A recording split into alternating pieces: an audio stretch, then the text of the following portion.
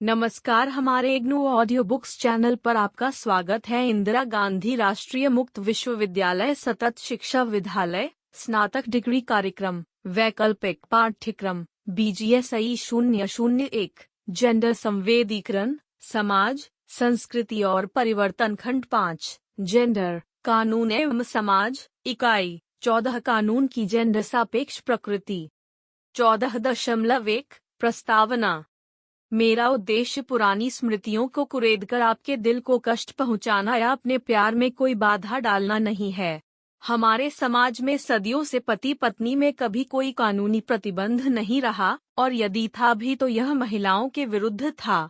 ऐसी स्थिति में मेरे पास और कोई सहारा नहीं, बस आपको छूट दूं कि मुझे कुर्सी उठाकर मार दें और मैं इसे तनावपूर्वक सह लूं। हिंदू पत्नी को कोई अधिकार नहीं है कि वह अपने पति के सामने एक शब्द भी बोले या कोई सलाह दे। इसके विपरीत प्रत्येक हिंदू पति अपनी पत्नी से धैर्य रखना सीख सकता है। आनंदीबाई जोशी, भारत की पहली महिला डॉक्टर और एक नारीवादी पूर्वजा, मीना कौशाम्बी की पुस्तक crossing thresholds, feminist essays in social history 2007 प्री 86 पर उद्धृत डंडा उपरोक्त उदाहरण में दो पक्षों पर बल दिया गया है। हिंदू महिलाओं को अपने पतियों की घरेलू हिंसा को बिना प्रतिरोध के सहना पड़ा था, तथा ली कानून ने पति पत्नी के बीच इस प्रकार का असमान शक्ति संबंध रखने की छूट दी और उसमें कोई हस्तक्षेप नहीं किया। 1947 में भारत को स्वतंत्रता मिलने के बाद जब भारत का संविधान लागू हुआ तब महिलाओं को गरिमामय जीवन, समानता तथा भेदभाव मुक्त होने के मौलिक अधिकार की गारंटी मिली। फिर भी अनेक कानूनों में ऐसे प्रावधान हैं जो या तो लिंग के आधार पर महिलाओं के साथ भेदभाव करते हैं या फिर वे क्रियान्वयन के स्तर पर जेंडर सापेक्ष हो जाते हैं। कानून ज्यादातर पुरुषों द्वारा लिखे गए और तैयार किए गए हैं जिन्होंने यह माना कि महिलाओं के अनुभव और उनकी आवश्यकताएं पुरुषों के अनुरूप ही होती है। यद्यपि जैविक एवं सामाजिक अंतर के कारण महिलाओं की आवश्यकताएं एवं उनके अनुभव कई मामलों में पुरुषों से भिन्न हैं, फिर भी कानूनों और कानूनी प्रावधानों में इस बात पर पर्याप्त ध्यान नहीं दिया गया क्योंकि कानून बनाने की प्रक्रिया पुरुष के वर्चस्व वाला कार्यक्षेत्र रहा है। इसके अतिरिक्त कानून निर्माताओं के पितृसत्तात्मक दृष्टिकोण के कारण कानून में यह सुनिश्चित किया गया है कि महिलाओं के साथ भेदभाव हो और उन्हें दूसरे दर्जे की नागरिक के रूप में देखा जाए। कानून के दो ऐसे क्षेत्र हैं जिसमें जेंडर भेदभाव के प्रावधान दिखाई देते हैं, वैवाहिक कानून तथा आपराधिक कानून। इस इकाई में कानून में दिखाई देने वाली पितृसत्तात्मक अवधारणाओं का परीक्षण और उस पर चर्चा की जाएगी जिसके कारण कानून के क्रियान्वयन में जेंडर सापेक्षता दिखाई देती है। आइए इस इकाई के उद्देश्यों को जानते हैं। 14.2 उद्देश्य। इस इकाई को पढ़ने के बाद आप जान सकेंगे जेंडर सापेक्ष कानून की प्रकृति का अर्थ क्या है, जेंडर सापेक्ष विभिन्न प्रावधानों और अधिनियमों को चिन्हित करना तथा इसके कारणों और उसके परिणामों की चर्चा करना। 14.3 पारिवारिक कानून की जेंडर सापेक्षता। विभिन्न धार्मिक समुदायों के लोग धर्म विशेष पर आधारित कानूनों से संचालित होते हैं जिनमें विवाह, तलाक, कानूनी विवाह विच्छेद, भरण पोषण एवं संभरण, बाल अभिरक्षा तथा पहुंच, अभिभावकत्व, दत्तक ग्रहण, विरासत तथा उत्तराधिकारी के मुद्दे शामिल हैं। इन कानूनों के अधिकांश प्रावधान धर्म ग्रंथों की पितृसत्तात्मक व्याख्या पर आधारित है, इसलिए प्रावधान लैंगिक भेदभाव पूर्ण हैं। इसकी कुछ व्याख्याएं निम्नलिखित है। 14.3.1 व्याख्या 1 हिंदू पारिवारिक कानून। हिंदू विरासत कानून के अनुसार यदि किसी महिला की मृत्यु बिना वसीयत लिखे हो जाती है तो उसकी संपत्ति के संदर्भ में पुरुष से भिन्न प्रावधानों के अनुसार हस्तांतरण होगा। यदि किसी पुरुष की पत्नी या बच्चे न हो तो पति के उत्तराधिकारी पत्नी की संपत्ति के उत्तराधिकारी होंगे। महिलाएं अभी भी अपने बच्चों की पिता के समान अभिभावक नहीं हैं। पिता को बच्चे का स्वाभाविक अभिभावक माना जाता है। यद्यपि 5 वर्ष से कम आयु के बच्चे को अभिरक्षा सामान्यता माता को दी जाती है। गीता हरिहरन बनाम भारतीय रिजर्व बैंक 1999 2 SCC 228 के मामले में इस प्रावधान को इस आधार पर चुनौती दी गई कि यह लैंगिक समानता के संवैधानिक अधिकारों का उल्लंघन है। सर्वोच्च न्यायालय ने कहा कि अवयस्क हिंदू तथा अभिभावकत्व अधिनियम 1956 के अंतर्गत मां अवयस्क नाबालिग बच्चे की स्वाभाविक अभिभावक के रूप में पिता के जीवित रहने तक कार्य कर सकती है यदि पिता अवयस्क की देखभाल की जिम्मेदारी नहीं संभाल पाता। यद्यपि यह अभी भी नहीं कहा जा सकता कि मां और पिता दोनों को स्वाभाविक अभिभावक होने का समान अधिकार है। महिलाओं को पारंपरिक रूप से कर्ता संयुक्त हिंदू परिवार का वरिष्ठतम व्यक्ति जिसको परिवार की जिम्मेदारी संभालने का दायित्व सौंपा जाता है, नहीं होने दिया जाता था। यह इस मान्यता पर आधारित है कि महिलाएं परिवार के वित्तीय मामलों का प्रबंधन करने में सक्षम नहीं होती। परंतु फरवरी 2006 में दिल्ली उच्च न्यायालय के एक फैसले में कहा गया कि संयुक्त हिंदू परिवार की सबसे बड़ी महिला सदस्य उसकी कर्ता हो सकती है। इस तरह लैंगिक भेदभाव को समाप्त करने का प्रयास किया गया। 14.3.2 व्याख्या 2 पारसी पारिवारिक कानून यद्यपि पारसी लोगों की जनसंख्या लगातार घटती जा रही है, किंतु जो लोग पारसी समुदाय से बाहर किसी व्यक्ति से विवाह करती हैं, उनको बहुत दंडित किया जाता है। यह पारसी महिलाओं के बारे में अधिक है। यदि कोई पारसी महिला गैर पारसी व्यक्ति से विवाह करती है तो उसे अग्नि मंदिरों में प्रवेश की अनुमति नहीं होती। वास्तव में पारसी महिला के किसी गैर पारसी पुरुष से विवाह करने पर पारसी समुदाय उसे अपने समुदाय का हिस्सा नहीं मानता और उसे अपने परिवार के लोगों की संपत्ति का उत्तराधिकारी भी नहीं माना जाता। किसी पारसी पुरुष की गैर पारसी महिला या विधवा को संपत्ति का उत्तराधिकारी नहीं माना जाता है, यद्यपि उसके बच्चों का यह उत्तराधिकार है। 14.3.3 व्याख्या 3 मुस्लिम पारिवारिक कानून मुस्लिम पारिवारिक कानून में दो प्रमुख लैंगिक भेदभाव है। बहुपत्नीत्व। भारत का मुस्लिम कानून पुरुषों को यह छूट देता है कि एक साथ ही वे 4 पत्नियां रख सकते हैं, जबकि मुस्लिम महिलाओं को इस प्रकार की छूट नहीं मिलती है। नारीवादी विधिवेत्ता मानते हैं कि कुरान में पुरुषों को जब बहुविवाह की छूट दी गई तब परिस्थिति यह थी कि एक युद्ध के बाद ऐसा हुआ कि बहुत से पुरुष उस युद्ध में मारे गए और महिलाओं की तुलना में पुरुषों की संख्या बहुत कम रह गई थी। कुरान के प्रावधानों के अनुसार भी पुरुषों को तभी अनेक पत्नियां एक साथ रखने की छूट है जब वे सबके साथ एक जैसा व्यवहार करते हैं। यथार्थ में यह स्थिति नहीं होती। 3 तलाक। पुरुषों को महिलाओं को तलाक देने का अधिक अधिकार दिया गया है।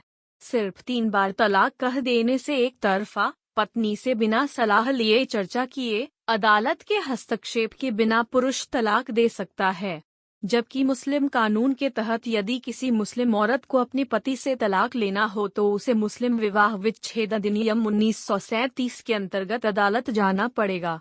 यद्यपि सर्वोच्च न्यायालय ने शमीमारा बनाम उत्तर प्रदेश सरकार 2002 मामले में एक ही बार में मुस्लिम पुरुषों द्वारा एक तरफा मौखिक रूप से 3 बार तलाक कहकर तलाक लेने की परिपाटी को कानूनी रूप से अवैध करार दिया। मार्च 2016 में सर्वोच्च न्यायालय ने एक बार फिर 3 तलाक के मामले में उसके कानूनी औचित्य पर विचार करने की स्वीकृति दी।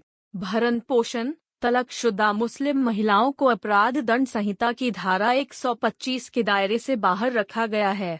यह सभी धार्मिक समुदायों की महिलाओं के लिए उपलब्ध एक धर्मनिरपेक्ष प्रावधान है। तलाकशुदा मुस्लिम महिला बाध्य है कि वह विशेष अधिनियम मुस्लिम महिला तलाक संरक्षण अधिनियम 1986 के अंतर्गत भरण पोषण के लिए दावा करें। यह अधिनियम सर्वोच्च न्यायालय के शाहबानो मामले में लैंगिक भेदभाव निरपेक्ष फैसले को निरस्त करने के लिए पारित किया गया था।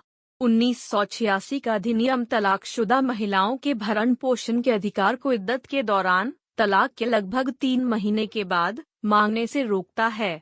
यद्यपि उसके बाद डैनियल लतीफ बनाम भारत सरकार 2001 में सर्वोच्च न्यायालय ने 1986 के अधिनियम के प्रावधान की व्याख्या करते हुए माना कि महिला जीवन भर भरण पोषण खर्च पाने की हकदार है, किंतु इसे तलाक के पहले 3 महीने के भीतर आंकलन कर भुगतान किया जाना चाहिए। विरासत। पुरुष और महिला दोनों को विरासत का अधिकार मिला है, किंतु पुरुष उत्तराधिकारी को महिला उत्तराधिकारी से 2 गुना विरासत हर स्तर पर मिलती है। इस भेदभाव का औचित्य यह कहकर साबित किया गया है कि महिला को मेहर के रूप में अतिरिक्त राशि मिलती है, जबकि पुरुष अपने परिवार की देखभाल करने के लिए जिम्मेदार है। महर की राशि जो विवाहित महिलाओं को वित्तीय सुरक्षा के लिए दी जाती है, अब उसे दिखाने के लिए नाम मात्र तक सीमित कर दिया गया है। वैसे आज के दौर में मुस्लिम महिलाएं भी अपने परिवार की आर्थिक देखभाल करती हैं। आइए अब कानून की लैंगिक सापेक्ष प्रकृति का एक और उदाहरण देखें। 14.4 वैवाहिक बलात्कार को आपराधिक कृत्य नहीं मानना। यद्यपि भारतीय दंड संहिता बलात्कार को दंडनीय अपराध मानता है, किंतु उसका एक खंड विवाह की स्थिति में सहवास को बलात्कार के दंड की परिधि से बाहर कर देता है। उसका अपवाद है। इसका अर्थ है कि यदि एक विवाहित महिला का बलात्कार उसका पति करता है तो अपराध का कानून इसे बलात्कार नहीं मानेगा और न ही महिला के संरक्षण के लिए कोई हस्तक्षेप करेगा। यह अपवाद इस पितृसत्तात्मक अवधारणा पर आधारित है कि विवाह होने पर महिला अपनी शारीरिक गरिमा का अधिकार अपने पति को समर्पित कर देती है तथा उसके पति को अबाधित अधिकार है कि वह पत्नी के शरीर के साथ जो करना चाहे करे, जैसे कि डा. आनंदीबाई जोशी ने अपने पति को लिखे पत्र में कहा था, जिसका उल्लेख इस इकाई के आरंभ में किया गया है। वैवाहिक बलात्कार को अपराध न मानना तथा उसे अपवाद मानने वाले खंड से नहीं निकालने की संसद की दुविधापूर्ण स्थिति कानून की लैंगिक सापेक्षता एवं पितृसत्तात्मक अवधारणा को व्यक्त करती है। भारत सरकार द्वारा बलात्कार कानूनों की समीक्षा और निर्भया सामूहिक बलात्कार तथा हत्याकांड दिसंबर 2012 के संदर्भ में सिफारिशें देने के लिए गठित जस्टिस वर्मा कमेटी 2013 ने सिफारिश की कि वैवाहिक बलात्कार को एक अपराध माना जाए। यद्यपि इस सिफारिश को स्वीकार नहीं किया गया। एक दृष्टिकोण यह है कि भारत में वैवाहिक बलात्कार को उस तरह अपराध नहीं माना जा सकता जैसा कि अन्य देशों में माना जाता है, क्योंकि गरीबी, निरक्षरता, सामाजिक रीतियों तथा मूल्यों, धार्मिक विश्वासों, समाज की मानसिकता के कारण विवाह को एक परम संस्कार माना जाता है। बॉक्स नंबर 14.1 वैवाहिक बलात्कार पति का अपनी पत्नी के साथ काम वासना की पूर्ति नहीं अपितु महिला को अपना आधिपत्य दिखाना तथा उसे अपने अधीन रखने के लिए किया जाता है। इसलिए इसकी आवश्यकता को गंभीरता से लिया जाना चाहिए। साक्षरता, शिक्षा या धन की आवश्यकता नहीं है, यह समझने के लिए कि वैवाहिक शारीरिक संबंध सहमति से ही होना चाहिए। इसी प्रकार समाज की मानसिकता भी कानून के द्वारा बदल सकती है और बदली जानी चाहिए, जबकि यह मानसिकता महिलाओं के मानवाधिकारों एवं मौलिक अधिकारों को कमतर आंकती है। अतीत में कानून ने सती प्रथा, दहेज के कारण हो रही हत्याओं तथा उत्पीड़न और बाल विवाह जैसे अमानवीय कृत्यों को अपराध की श्रेणी में रखकर समाज सुधार किया। हिंदू समाज में विधवा विवाह को पुराने समय से प्रतिबंधित किया गया था, किंतु समाज सुधारकों ने विधवा विवाह की सहायता के लिए कानून बनवाए। इसलिए कानून मानसिकता को बदलने तथा महिलाओं के मानवाधिकारों के संरक्षण एवं प्रोत्साहन को सुनिश्चित करने में अत्यधिक भूमिका निभा सकता है। यह रोचक है कि दूसरी ओर घरेलू हिंसा कानून, पारिवारिक कानून उन महिलाओं को कानूनी संरक्षण देते हैं जिसका बलात्कार उनके पतियों ने किया है। निम्नलिखित अनुभागों में गैर नियामक यौन रुझानों वाले व्यक्तियों के संदर्भ में चर्चा की जाएगी। आप सुन रहे ऑडियो लर्निंग को। 14.5 प्रजनन विहीन शारीरिक संबंध को अपराध मानना।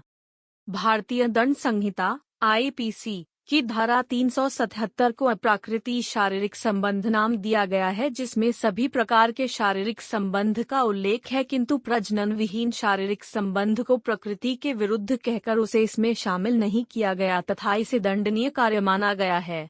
यह तब भी दंडनीय है यदि दो वयस्क व्यक्ति सहमति से ऐसा करें। इसका एक प्रतिकूल प्रभाव न केवल समलैंगिक पुरुषों, द्विलिंगी संबंध बनाने वाले व्यक्तियों, किन्नरों, LGBT समुदाय पर पड़ता है, अपितु यह उन सभी दंपतियों, जोड़ों के लिए एक गंभीर खतरा है जो प्रजनन के अलावा अन्य किसी प्रकार का शारीरिक संबंध स्थापित करते हैं। यद्यपि समलैंगिकों पर सहमति से दंड नहीं भी मिला हो, फिर भी LGBT समुदाय के व्यक्ति पुलिस उत्पीड़न के शिकार आसानी से हो सकते हैं।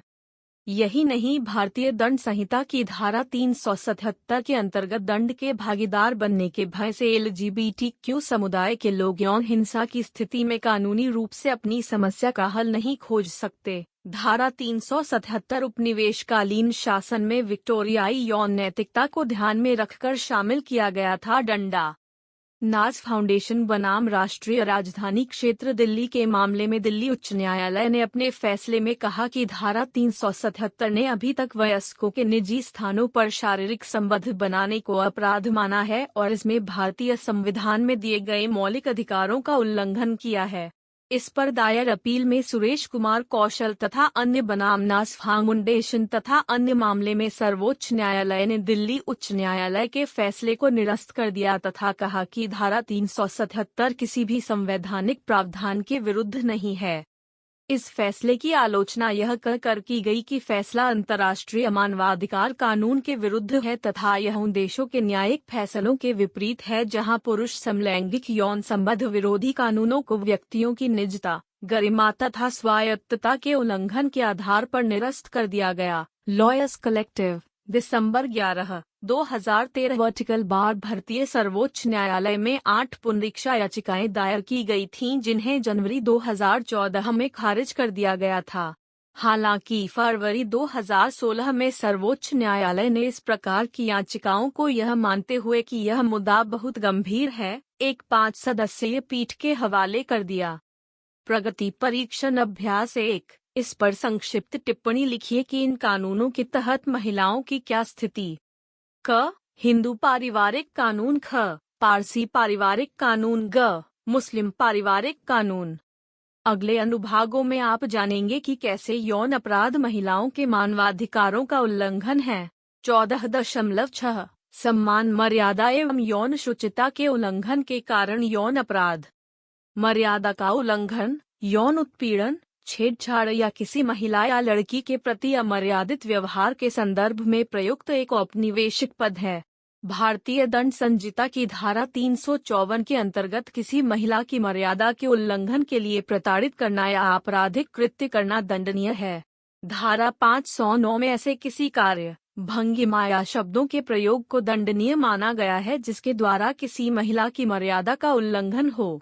इससे यह पता चलता है कि यौन प्रताड़ना और उत्पीड़न को वास्तव में अपराध मानते हुए भी इन दोनों प्रावधानों में सार्वजनिक नैतिकता, गरिमा, मर्यादा, शुचिता तथा महिला के सम्मान की पितृसत्तात्मक अवधारणाएं निहित हैं। मर्यादा क्या है? इसकी न्यायिक व्याख्या में पता चलता है कि महिला को कैसे बोलना चाहिए, किस प्रकार का आचरण और व्यवहार करना चाहिए तथा किस प्रकार की यौन मर्यादाओं का उन्हें पालन करना चाहिए। वे नैतिक निर्धारित मूल्यों पर आधारित हैं। इस प्रकार की व्याख्याओं से व्यक्तिनिष्ठ प्रकृति का पता चलता है। सर्वोच्च न्यायालय मर्यादा होती है या नहीं, इसकी आलोचना नारीवादियों ने की।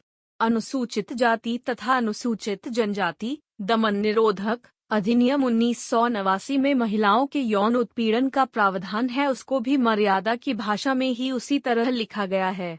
उस अधिनियम में उल्लिखित दमन का एक दंडनीय कृत्य अनुभाग 3(1) जाए में इस प्रकार बताया गया है, किसी अनुसूचित जाति या जनजाति की महिला को प्रताड़ित करना या बल प्रयोग करना जो उसके असम्मानित करने या उसकी मर्यादा का अतिक्रमण करे, दंडनीय कृत्य दंडा।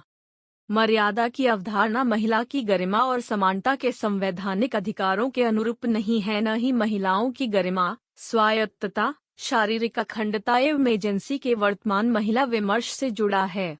यही नहीं, यौन उत्पीड़न के प्रावधानों में घूरना, पीछा करना, स्टॉकिंग, दर्शनरति करना, वॉयरिज्म तथा कपड़े उतारना, डिसरोबिंग को 2013 में के भारतीय दंड संहिता के प्रावधानों में शामिल कर लिया गया है। 2013 के पहले प्रावधानों में अभी भी मर्यादा का उल्लेख धारा 354 तथा धारा 509 में है, जो प्रतिगामी लगता है। 14.7 बलात्कार का परिप्रेक्ष्य। परिप्रेक्ष्य इसलिए महत्वपूर्ण है क्योंकि सामाजिक समझ उस तरह नहीं बनती जिस तरह कानून लिखे जाते हैं, अपितु वह उस तरह बनती है जिसके तरह उसकी व्याख्या होती है और जिस तरह उस पर फैसले सुनाए जाते हैं। इस अनुभाग में सार्वजनिक रूप से बलात्कार की अवधारणा के विभिन्न आयामों की चर्चा की जाएगी, जिसमें कानून में निहित पितृसत्तात्मक अवधारणा तथा महिलाओं के आंदोलनों में प्रगतिशील अवधारणा शामिल है।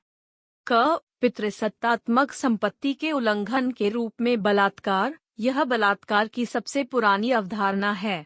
प्राचीन काल में जमीन, घर तथा अन्य चीजों के अलावा महिलाएं भी अपने पतियों की संपत्ति समझी जाती थी। माना जाता था कि विवाह के बाद पति का अपनी पत्नी के शरीर पर पूर्ण अधिकार होता है। बलात्कार को इस अधिकार का उल्लंघन माना जाता था। इसके अलावा संपत्ति को पिता अपने बच्चों को देता था और फिर उनके बच्चों, पोतों तक संपत्ति पहुंच जाती थी। इस प्रकार के पितृसत्तात्मक समाजों में पुरुष यह सुनिश्चित करना चाहते थे कि उनकी संपत्ति पूर्ण रूपेण उनके उत्तराधिकारियों तक पहुंच जाए।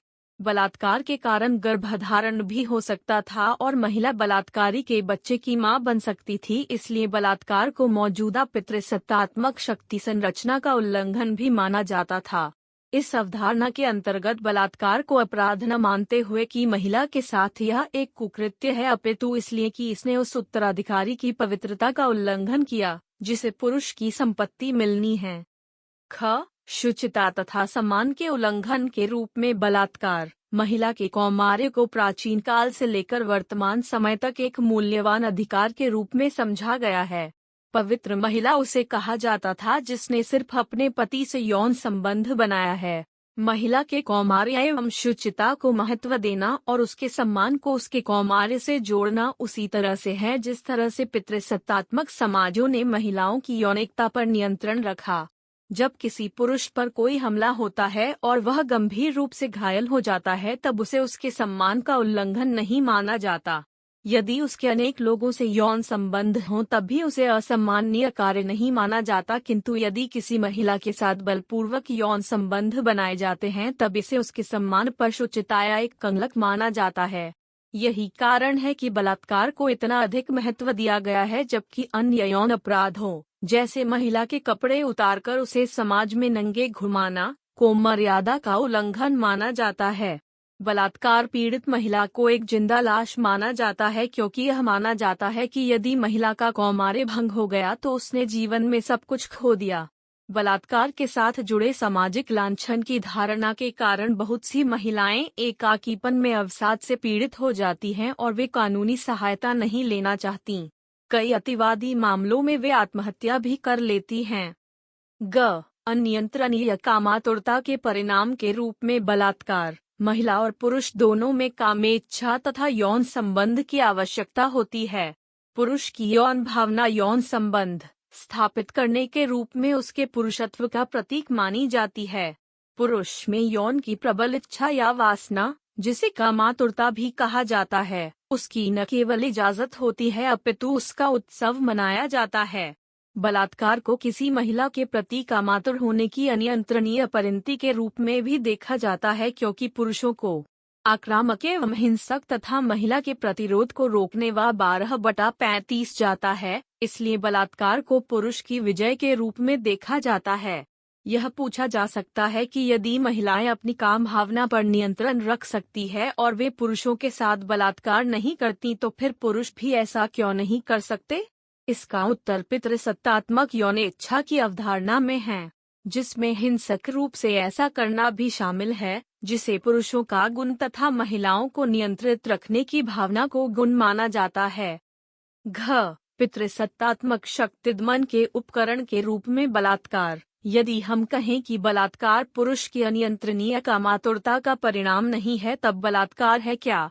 पुरुष के द्वारा बलात्कार विश्व भर में सभी समाजों में महिलाओं की तुलना में बहुत अधिक होता है। ऐसा इसलिए होता है क्योंकि बलात्कार पितृसत्तात्मक शक्ति तथा दमन का उपकरण है।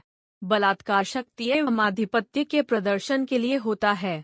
इस परिप्रेक्ष्य में देखें तो बलात्कार के द्वारा महिलाओं को यह संदेश दिया जाता है कि वे कमजोर, असहाय तथा पुरुषों के अधीन हैं। यह पुरुष विशेष के पुरुषात्मक अहम को ही नहीं संतुष्ट करता, अपितु वह उस महिला को भी उसकी स्थिति बता देता है जो सामाजिक मर्यादाओं का उल्लंघन करती हैं, अपने अधिकारों को मुखरता से रखती हैं या पितृसत्तात्मक तथा शोषणकारी प्रथाओं पर सवाल उठाती हैं। इसलिए बलात्कार महिलाओं को अपने अधीन करने, दमित करने तथा चुप कराने, भयभीत करने तथा दंड देने के लिए पितृसत्तात्मक उपकरण के रूप में प्रयोग में लाया जाता है। यह शक्ति का प्रयोग है, न कि यौन इच्छा की पूर्ति। इस दृष्टि से बलात्कार को वर्तमान समाज में महिलाओं और पुरुषों के बीच असमानता का परिणाम कहा जा सकता है। बॉक्स 14.2 वर्तमान समय में सभी महिलाओं तथा लड़कियों में एक भय बना हुआ है, वह है बलात्कार का भय। बलात्कार का भय सभी महिलाओं को उनके अस्तित्व पर ही रोक लगाता है, जैसा वे करना चाहती हैं, जैसा वे पहनना चाहती हैं, जहां वे जाना चाहती हैं, तथा जब वे जाना चाहती हैं, तथा जिस तरह का व्यवहार वे करना चाहती हैं। संक्षेप में, बलात्कार का भय महिलाओं को उनकी वास्तविक क्षमता का उपयोग करने से ही रोकता है। इस प्रकार शक्ति, अनुशासन तथा दमन के उपकरण के रूप में बलात्कार समाज में महिलाओं की अधीनता की स्थिति को बरकरार रखने में मदद करता है। सामाजिक, आर्थिक तथा राजनीतिक वर्चस्व के उपकरण के रूप में बलात्कार। इतिहास में देखा गया है कि युद्ध के दौरान दुश्मनों की महिलाओं को लूट का माल समझा जाता रहा है या उन्हें सैनिकों के उत्साह को बढ़ाने के लिए प्रोत्साहनकारी समझा जाता रहा है। सांप्रदायिक हिंसा या जातिगत हिंसा की स्थितियों में उद्देश्य सिर्फ यह नहीं होता कि महिलाओं का अपने अधीन बनाएं और उन्हें सबक सिखाएं, अपितु उनके पूरे समुदाय को शर्मिंदा करें और दंड दें।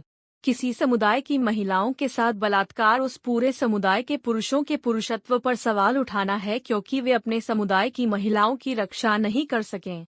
किसी महिला पर उसके समूह की अस्मिता के कारण किया जाने वाला आक्रमण समूह समुदाय के सम्मान पर आक्रमण के रूप में किए गए कार्य को समुदाय को महिलाओं पर केंद्रित मान लेना है। विरोधी पक्ष की महिलाओं के साथ यौन हिंसा के द्वारा ऐसे समुदायों की अधीनस्थता को सुनिश्चित किया जाता है। जाति आधारित एवं सामुदायिक हिंसा, बलात्कार तथा अन्य प्रकार की यौन हिंसा को आर्थिक एवं राजनीतिक वर्चस्व के उपकरण के रूप में प्रयुक्त किया जाता है। यही नहीं, बलात्कार का इस्तेमाल राजनीतिक आतंक फैलाने तथा समाज को अलगाने और उसमें प्रतिरोध की भावना समाप्त करने के लिए भी किया जाता है। इस कारण परिवर्तन के लिए जो महिलाएं राजनीतिक तथा सामाजिक आंदोलनों में भाग लेती हैं, वे आक्रमण का शिकार आसानी से हो जाती हैं। यौन स्वायत्तता, शारीरिक अखंडता के उल्लंघन के रूप में बलात्कार। महिला आंदोलन ने दशकों से यह अभियान चलाया है कि महिलाओं का अपने शरीर पर अधिकार है तथा उसे यह अधिकार है कि वह कब और किसके साथ शारीरिक संबंध बनाए। बलात्कार केवल इसलिए अपराध नहीं है कि उसमें महिला की सहमति नहीं ली जाती, अपितु इसलिए कि यह महिला के शरीर की अखंडता का उल्लंघन है तथा इसके कारण उसको पीड़ा पहुंचती है। दूसरे शब्दों में कहें तो बलात्कार का यह परिप्रेक्ष्य प्रत्येक महिला के अपने शरीर पर सभी परिस्थितियों में आत्मनिर्णय तथा स्वायत्तता का अधिकार को मुखरता से सामने रखता है। इस दृष्टिकोण के अनुसार बलात्कार पीड़ित महिला को बेइज्जती या उसके चरित्र पर लांछन लगाकर बलात्कार को उचित ठहराने को गलत माना जाता है। महिलाओं का अपने शरीर पर अधिकार को लेकर मुखर होना महिलाओं के शरीर और यौनेच्छा पर पितृसत्तात्मक नियंत्रण को भी अलग थलग कर देता है और उसे चुनौती देता है। बलात्कार को इस दृष्टि से समझने के कारण यौन संबंध बनाने में मूलभूत बात सहमति को मानना तथा महिला को सहमति देने से मना करने का अधिकार और किन्हीं निश्चित परिस्थितियों के कारण ही उसकी सहमति में हस्तक्षेप न करने के महत्व पर बल दिया गया है। यह बलात्कार की अधिक उदार तथा प्रगतिशील अवधारणा है जो नारीवादी दृष्टिकोण के कारण व्यापक हुई है। भारत में यौन हिंसा से जुड़े कानून ने 2013 से बहुत बड़ा बदलाव आया है तथा बलात्कार की अवधारणा को यौन स्वायत्तता, महिलाओं की स्वतंत्रता का, उसकी शारीरिक अखंडता या उसकी गरिमा के उल्लंघन के रूप में समझा जाना अब स्वीकार्य हो गया है और कानून में शामिल कर दिया गया है। फिर भी यह चुनौती बनी हुई है कि बलात्कार के मामलों में सुनवाई करते हुए न्यायपालिका अपने फैसले और कानून की व्याख्या में बलात्कार की अवधारणा को लागू करे। 14.8 सारांश। जेंडर समानता की संवैधानिक गारंटी के बावजूद लैंगिक सापेक्ष अवधारणाएं अभी भी भारतीय कानूनों, विशेषतः पारिवारिक वैवाहिक कानून तथा आपराधिक कानून में बनी हुई हैं। आवश्यकता इस बात की है कि सभी कानूनों का जेंडर की दृष्टि से लेखा जोखा लिया जाए और लैंगिक सापेक्ष प्रावधानों को बदला जाए। महिलाओं के सरोकारों को उठाने तथा उनके हितों की रक्षा करने के संदर्भ में महिलाओं की राजनीतिक भागीदारी तथा प्रतिनिधित्व बहुत महत्वपूर्ण है। 1951 में लोकसभा में महिलाओं का प्रतिनिधित्व 5% था, जो आज 12% हो गया है। अभी भी पुरुषों की तुलना में बहुत कम है। यद्यपि पंचायत स्तर पर महिलाओं के लिए 33% सीटें आरक्षित है, किंतु उसी नियम को लोकसभा तथा राज्यसभा में लागू करने का विरोध है। कानून की लैंगिक सापेक्ष प्रकृति न रहे, इसको सुनिश्चित करने के लिए एक दीर्घकालिक समाधान है कि अधिक से अधिक महिला सांसद हों और वे महिलाओं और पुरुषों दोनों को महिलाओं के मुद्दों, उनके हितों, अनुभवों तथा उनकी आवश्यकताओं के प्रति संवेदनशील बनाएं। 14.9 शब्दावली। भारतीय दंड संहिता। यह भारत का मुख्य आपराधिक कानून है। यह समग्र संहिता है। इसमें अपराध कानून के सभी पक्षों पर विचार किया गया। 14.11 अभ्यास के लिए प्रश्न। 1. बलात्कार के संदर्भ में विभिन्न दृष्टियों की व्याख्या कीजिए। 2. भारत में कानून की जेंडर सापेक्ष प्रकृति पर संक्षेप में टिप्पणी करें। धन्यवाद। मिलते हैं अगले वीडियो में।